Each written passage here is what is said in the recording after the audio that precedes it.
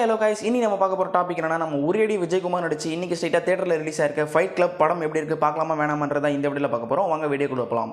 இந்த படத்தோட ஸ்டோரி என்னன்னா, நம்ம ஹீரோ ஒரு ஃபுட்பால் பிளேயர். இவருக்கு சின்ன வயசுலேருந்தே ஃபுட்பால் மேலே இன்ட்ரெஸ்ட் இருக்குது. ஸோ இதனால் இவரோட ஒரு கோச் வந்து நான் உன்னை ஃபுட்பாலில் நல்ல லெவலில் ஆக்குறேன்டான்னு சொல்கிறாரு. அதுக்குள்ளே நம்ம கோச்சோட தம்பி ஒரு ஸ்கெட்ச் போட்டு அவரை சாவடிச்சிடுறாரு. இதனால் ஹீரோக்கு ஃபுட்பாலில் ஒரு நல்ல பிளேயர் ஆக முடியல. அதுக்கப்புறம் இவர் நல்ல ஆள் வளர்ந்து வந்துடுறாரு.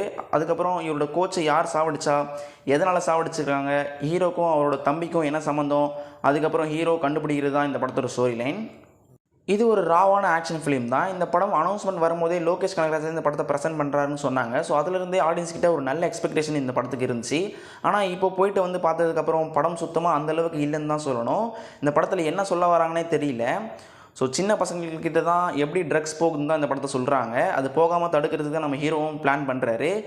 ஆனால் நம்ம ஹீரோவே ட்ரக்ஸை வச்சுட்டு ரொம்ப அடிக்ட் ஆகிடுறாரு. படத்தில் என்ன சொல்ல வராங்கன்னே தெரியல, ஒரு மெயின் கான்செப்ட் என்னன்னே தெரியல.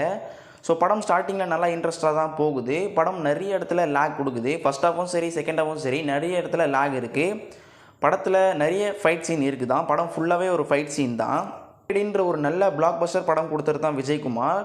ஸோ அவருக்கு இந்த படம் ஏன் இதை சூஸ் பண்ணாருன்னு தெரியல. இன்னும் ஒரு நல்ல படத்தை சூஸ் பண்ணியிருக்கலாம். ஸோ லோகேஷ் எதுக்கு இந்த படத்தை ஃபஸ்ட்டு ப்ரெசென்ட் பண்ணாருன்னே தெரியல. முதல்ல இந்த படத்தை அவர் பார்த்தாரா இல்லையானே தெரியல. பார்த்துருந்தா கண்டிப்பாக ப்ரெசென்ட் பண்ணியிருக்க மாட்டார்.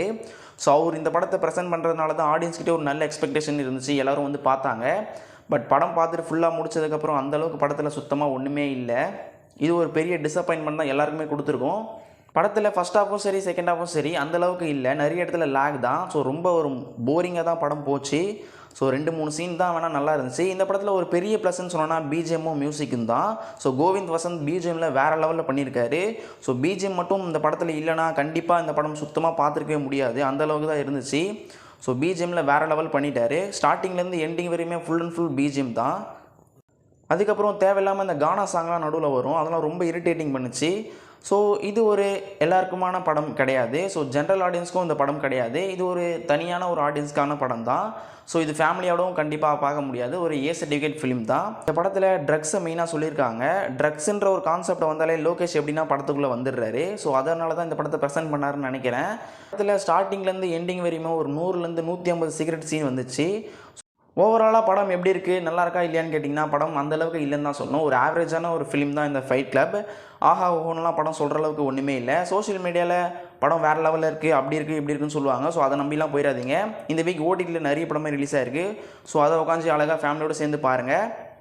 ஓகே ஃப்ரெண்ட்ஸ், என்னோட ரிவ்யூ பிடிச்சிருந்தா மறக்காம ஒரு லைக் தட்டி நம்ம சேனல் சப்ஸ்கிரைப் பண்ணிட்டு தொடர்ந்து சப்போர்ட் பண்ணுங்கள். நம்ம நெக்ஸ்ட் இன்னும் ஒரு நல்ல டாப்பிக்கோட வீடியோக்கு வரலாம். Thank you friends.